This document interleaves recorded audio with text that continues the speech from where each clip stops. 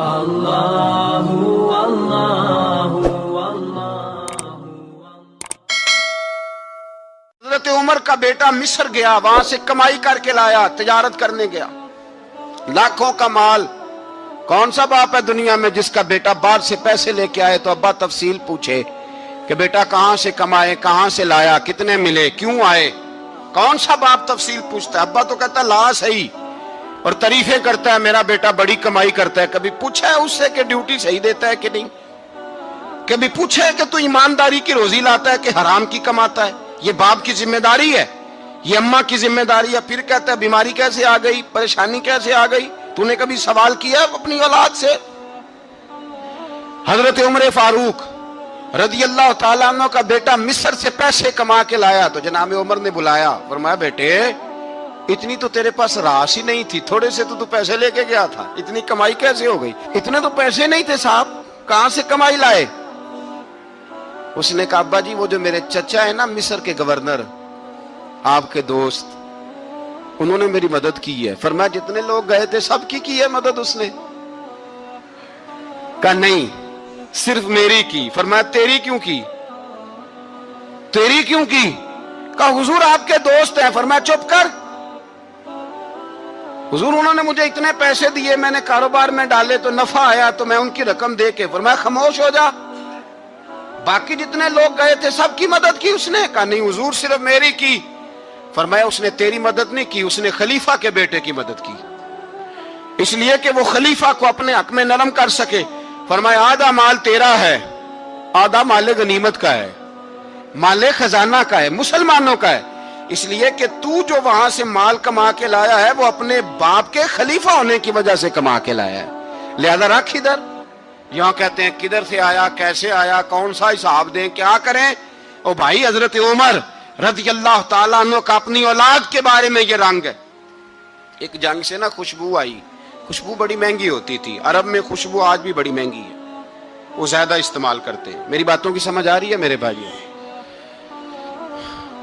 بڑی مہنگی خوشبو تھی۔ جب وہ خوشبو آئی تو حضرت عمر نے کہا، گھر میں پہلے پہنچی حضرت عمر کے، چونکہ زیادہ عورتیں استعمال کرتی تھی گھر کے اندر خوشبو، مرد بھی لگاتے تھے۔ حضرت عمر نے اپنی بیوی سے کہا، آپ کی زوجہ تو تھی وہ بڑی خوشبو کو پسند کرتی تھی۔ حضرت عمر نے اپنی زوجہ سے کہا کہ خوشبو لاؤ، میں نے ایک عورت کی ڈیوٹی لگائی ہے، وہ خوشبو تول تول کے نا تو حصہ برابر صحابہ میں بانٹ دے گی۔ تو آپ کی زوجہ کہنے لگی کسی بی بی کی ڈیوٹی لگانے کی کیا ضرورت تھی، میں جو موجود تھی میں بانٹ دیتی ہوں تول کے حصہ برابر۔ آپ نے فرمایا نہیں تو رہنے دے، وہ فلانی بی بی بانٹے گی۔ کہا حضور میں نے بھی بانٹنی ہے، میرے پہ کچھ حق ہے؟ آپ نے فرمایا نہیں تو تفصیل نہ پوچھ، تو خوشبو دے دے، کوئی اور بانٹے گی۔ خاتون خانہ تھی نا، کہنے لگی نہیں مجھے بھی آج آپ کو بتانا ہی پڑے گا کہ کوئی جو بانٹ سکتی ہے تو میں کیوں نہیں بانٹ سکتی؟ زوجہ کہتی عمر نے بات کی تو میری چیخیں نکل گئی۔ حضرت عمر فرمانے لگے جب تو خوشبو بانٹے گی نا تیرے ہاتھوں کو بھی لگے گی، تیرے دوپٹوں کو بھی لگ جائے گی۔ اگر رب کریم نے مجھ سے سوال پوچھا کہ عمر خوشبو تو مسلمانوں کی تھی، تیری بیوی کے دوپٹے کو کیوں لگ گئی، تو میں اللہ کے حضور کیا جواب دوں گا؟ اگر اللہ نے یہ سوال کیا کہ تیری بیوی نے کیوں لگائی، وہ تو حصہ تھا مسلمانوں کا، تو نے تیری بیوی نے کیوں لگائی؟ تو فرمایا میں نہیں چاہتا کہ اللہ کے حضور مجھے اور تجھے باز پرس ہو، لہذا کسی اور کو بانٹنے دے۔ زوجہ روئی اور تڑپ کے کہنے لگی عمر مجھے لگتا ہے صبح قیامت بھی تیری بیوی ہونے کی وجہ سے اللہ مجھے جنت عطا فرما دے گا، تیری زوجہ ہونے کی برکت سے۔ بھائی یہ معیار رکھا، خدا کی قسم ایسا شخص تاریخ میں دوبارہ نہیں آیا۔ اتنا بڑا آدمی، اتنا بڑا شخص، اتنا بڑا آدمی، اور پھر رنگ یہ ہے کہ عمر 22 لاکھ مربع میل کا حکمران، 22 لاکھ، اور کھجور کے درخت کے نیچے مٹی کا ڈھیلا لے کے سو گئے ہیں، پرواہ کوئی نہیں، کوئی مسئلہ ہی نہیں۔ دو غلام ساتھ بیٹھے تو ایک روٹی حضرت عمر نے گھر سے منگوائی، تھوڑا سا سرکہ، تو غلام کہنے لگے ہم نے بھی کھانی ہے۔ فرمایا کوئی حرج نہیں، روٹی کو پیٹ بھر کے کھانا ضروری تو نہیں، 3 حصوں میں بانٹ لیتے۔ ایک آدمی آیا ہوا تھا مصر کا رہنے والا ملنے کے لیے، اس نے پوچھا عمر کدھر ہے؟ تو کہا وہ ادھر جاؤ مسجد میں بیٹھے ہوں گے. اور واپس آیا تو کہنے لگا وہاں تو 3 غلام بیٹھے ہیں, ایک روٹی بانٹ بانٹ کے کھا رہے ہیں, لگتا ہے کئی دنوں سے روٹی نہیں ملی. کہا 3 غلام تو کوئی نہیں, وہاں 2 ہی تھے, تیسرے تو امیر المومنین تھے. اس نے کہا نہیں نہیں, 3 غلام ہیں, کپڑے بھی ایک طرح کے پہنے ہوئے ہیں, بلکہ 2 کے تو پھر صحیح ہیں, تیسرے کے تو زیادہ ماڑے ہیں. کپڑے بھی ایک طرح کے, کھانا پینا بھی ایک طرح کا, اور ان کا نشست برخاست بھی ایک طرح کی ہے, لہذا کوئی فرق نہیں. حضرت ابو ہریرہ کہتے ہیں میں لے کے آیا, اور جناب عمر کو جب میں نے کچی زمین میں تامت سمیٹ بیٹھے دیکھا تو میں رو پڑا. میں نے اس مصر سے آنے والے کو کہا تو اس کے جلوے دیکھ, اگر اس کی ذات میں اتنا حسن ہے تو محمد عربی کا مقام کیا ہوگا. یہ مقام غور ہے, مقام غور. 10 محرم کو لوگ دیگے پکائیں گے نا, نہیں پکانی ہے, کوئی بول دے نہیں, ہاں نہ نہیں کر دے, پروگرام بدلیا تو نہیں دی عید کی کہ وہی کام شروع ہویا ہے لات ٹائٹ ہونے والا. کیوں جی, پکنی ہے نا دیکھیں 10 محرم کو انشاءاللہ تعالی, ہم بھی پکائیں گے انشاءاللہ, یہاں بھی پروگرام ہوگا. تو 10 محرم کو جو دیگ پکنی ہے تو ایسا نہیں ہو سکتا کہ 1 محرم کو حضرت عمر کے نام کی بھی کوئی پک جائے. اگر امام حسن حسین کے نام کی دیگیں پکیں تو جو امام حسن حسین کے سے پیار کرنے والے ہیں, جو امام حسن حسین سے, ہم لوگوں نے بھی عجیب رٹا اپنایا ہے نا, ہم لوگ بات کا ایک پہلو دیکھتے ہیں دوسرا نہیں دیکھتے. حضرت امام حسن اور حسین کو بھی نبی پاک نے شہید کہا, اور جناب عمر کو بھی رسول اللہ نے خود شہید فرمایا. فرمایا شہید ہے, خود فرمایا اپنی زبان سے کہ یہ شہید ہے, خود میرا عمر شہید ہے. تو ان کے نام کی دیگ نہیں پکنی چاہیے, اس طرف نہیں ہماری توجہ ہونی چاہیے. اور اہل بیت نبو, یہ بات میں پہلے بھی کرتا ہوں, آج پھر کرنا ضروری سمجھتا ہوں. اہل بیت کا پیار, سن لو کان کھول کے, اہل بیت کا پیار اگر ہمیں کسی نے سکھایا ہے تو سیدنا عمر فاروق نے سکھایا ہے. اہل بیت نبوت کی محبت اگر کسی نے سکھائی ہے تو کس نے سکھائی ہے؟ بول کے بتائیے. حضرت عمر نے. اہل بیت کا پیار ہمیں حضرت عمر نے بول کر کے سکھایا ہے. بھائی یاد رکھیں, کسی کی طاقت نہیں تھی دم مارنے کی حضرت عمر کے سامنے, طاقت ہی نہیں تھی. کیسر و کسرا کانپ جاتے تھے, جرأت ہی نہیں کرتے تھے حضرت. اور ہمارے تو تعلقات بڑے ہیں نا غیروں سے. حضرت ابو موسیٰ اشعری رضی اللہ تعالیٰ عنہ فرماتے ہیں میرا منشی سائی تھا, وہ کاتب کہتے تھے وہ لوگ, میرا حساب کتاب عیسائی تھا. تو فرماتے ہیں ایک دن میں نے وہ سارا حساب کتاب لین دین کے حضرت عمر کو دکھائے تو فرمانے لگے جس نے لکھے ہیں اس کو بلاؤ. کہنے لگے حضور مسجد نہیں آ سکتا. کیوں نہیں آ سکتا؟ کہنے لگے وہ عیسائی ہے. کہتے ہیں حضرت عمر جلال میں آ گئے. آپ فرمانے لگے جنہیں رب دور کرتا ہے تم کیوں قریب کرتے ہو؟ جنہیں اللہ دور کرتا ہے. فرمایا تم غیروں کو اگر عہدے دو گے تو اپنوں کا کیا بنے گا؟ اگر تم غیروں کو عہدے دو گے تو اپنوں کا. یہ سوچ ہے جو آج برما کے مسلمانوں کے لیے بھی ضروری ہے. کہا اگر تم غیروں کو عہدے دو گے تو اپنوں کا. ہم نے غیروں کو عہدے دیے تو دیکھا نا اپنے کس طرح کاٹے جا رہے ہیں. غیروں کو جو عہدے دے دیے یارانے سارے غیروں سے, روز دعویٰ ہوتا ہے چین ہمارا سجن ہے, چین ہمارا دوست ہے.